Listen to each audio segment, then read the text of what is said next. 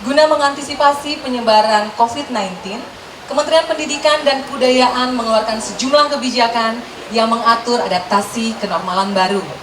Kebijakan tersebut menyasar seluruh jenjang pendidikan, mulai dari PAUD, SD, SMP, SMA sederajat, hingga pendidikan tinggi.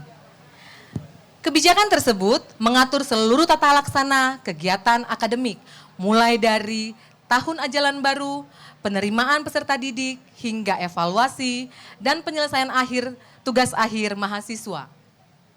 Kementerian tentu tidak ingin kegiatan akademik di satuan pendidikan menjadi klaster baru penularan COVID-19. Karena itu, seluruh pemangku kepentingan dan stakeholder pendidikan haruslah bersama-sama mendukung pelaksanaan kebijakan di setiap satuan pendidikan. Kegiatan akademik harus mengutamakan keamanan dan kenyamanan seluruh tenaga pendidik, kependidikan, dan terutama peserta didik. Pemirsa Metro TV Lampung, saya Delima Natalia Napitupulu akan bersama dengan Anda selama 60 menit ke depan dalam talk show Special HUT Lampung Pos ke-46 dan Radio Sai ke-6 dalam talk show Belajar Kreatif Aman Covid.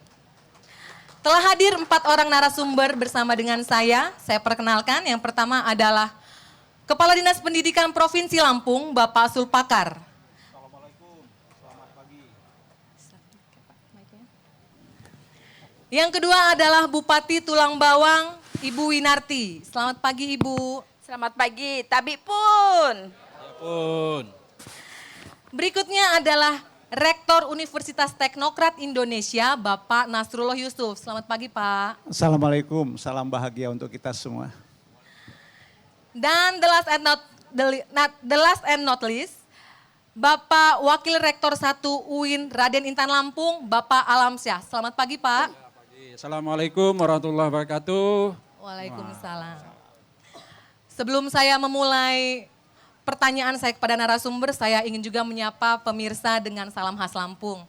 Tabi pun. Ya pun. Baiklah pemirsa Metro TV Lampung dan pendengar setia Radio Sai, kita akan mulai berbincang dengan narasumber kita.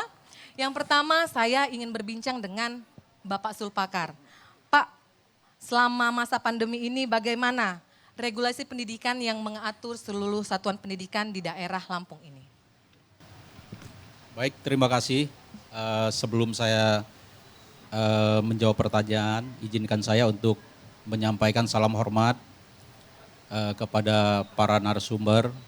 Yang pertama yang selalu saya hormati dan banyak leadership-nya yang saya contoh, Bu Bupati Tulang Bawang, Bu Winarti. Ini Bupati kebanggaan saya. Karena beliau sangat peduli dengan pendidikan di wilayah Tulang Bawang dan bahkan di sekitarnya. Kemudian yang saya hormati Bapak Rektor Teknokrat Indonesia Lampung, Pak Nasrullah. Ini juga guru besar saya dan mentor saya. Kemudian Rektor 1, Wakil Rektor 1, UIN Lampung, Pak Alamsyah, juga sahabat kental saya. Insya Allah berempat ini narasumber sepakat bagaimana pelaksanaan pendidikan dalam proses belajar dalam masa pandemi COVID-19 ini. Perlu kami sampaikan kepada semua bahwa di daerah Provinsi Lampung juga sama dengan wilayah-wilayah provinsi di seluruh Indonesia bahkan dunia, kita juga mengalami musibah nasional non-alam ini yang sama-sama kita rasakan sangat berpengaruh kepada semua sektor, terlebih sektor pendidikan. Oleh karenanya perlu kami sampaikan terkait dengan dalam pelaksanaan proses belajar mengajar, proses penyelenggaraan pendidikan di Provinsi Lampung sejak masa pandemi ini. Kita juga sudah mempersiapkan sedemikian rupa berbagai macam regulasi yang kami siapkan bagaimana pelaksanaan proses pembelajaran, baik itu tatap muka saat ini yang diperbolehkan untuk zona hijau dan zona kuning, maupun pada saat rawannya, pada saat seriusnya kita menghadapi COVID ini sebelum masa new normal ini, kita semua melakukan proses belajar mengajar melalui proses daring. Kami pemerintah Provinsi Lampung tidak terlepas tetap harus mengikuti kebijakan Kementerian Pendidikan dan Kebudayaan yang selama ini disampaikan kepada kita. Proses belajar daring yang kita laksanakan tetap harus kita laksanakan dengan konsekuensi apapun itu, Bu Bupati. Sama-sama kita rasakan bahwa di dalam proses belajar daring ini banyak keluhan dari masyarakat, terutama dari orang tua. Baik itu bagaimana beratnya orang tua merasakan untuk mendampingi anaknya untuk belajar, kemudian bagaimana orang tua mempersiapkan kuota bagi anaknya untuk mengikuti proses belajar. Bagaimana daerah yang tidak ada jaringan internetnya, yang tidak terjangkau oleh jaringan internet ini harus belajar. Nah, inilah kendala yang kita hadapi. Tetapi kita tetap melaksanakan ini dengan berbagai macam terobosan.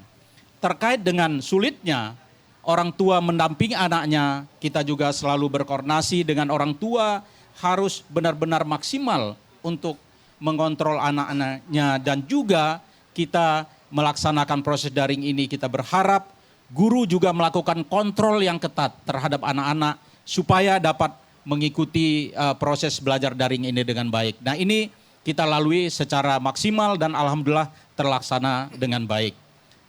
Terkait dengan kekurangan kuota yang dikeluhkan oleh masyarakat, ini kita juga menghimbau untuk memaksimalkan pemanfaatan penggunaan dana BOS yang tadinya diatur dengan juknis yang ketat. Dengan COVID-19 ini diberi kelonggaran kepada sekolah untuk mengatur ini, sehingga bagi orang tua atau siswa yang benar-benar tidak mampu, ini kita beri peluang untuk menghubungi sekolah dan dibantu oleh menggunakan dana BOS. Nah, ini yang kita lakukan. Jadi pemanfaatan secara maksimal penyediaan penggunaan dana BOS yang ada di satuan pendidikan.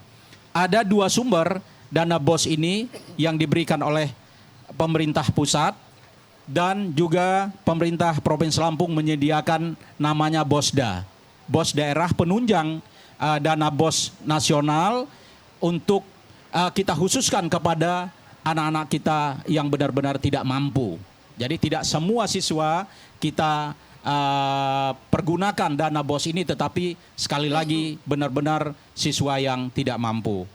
Kemudian selanjutnya terkait dengan saat ini dengan terbitnya SKB 4 Menteri yang baru saja disampaikan tanggal 7 Agustus, kita juga ada 2 zona yang bisa melaksanakan proses belajar mengajar tatap muka, yaitu zona hijau dan zona kuning. Nah, ini Mbak Delima, kita juga sudah melakukan pada hari Selasa yang lalu, Bu Bupati, Pak Rektor dan Wakil Rektor, kami melakukan rapat koordinasi dengan seluruh kepala dinas kabupaten kota di Provinsi Lampung dan semua dihadiri. Kami menekankan bahwa kita tetap mengikuti keputusan bersama 4 menteri ini, himbauan untuk melaksanakan tatap muka 2 zona, hijau dan kuning, tetapi syarat-syarat yang ditentukan ini harus kita laksanakan dengan semaksimal mungkin. Tahan sebentar, Pak. Apa saja syarat-syarat tersebut, pemirsa? Kita akan kembali sesaat lagi, kami harus jeda pariwara. Jangan kemana-mana, kami akan segera kembali.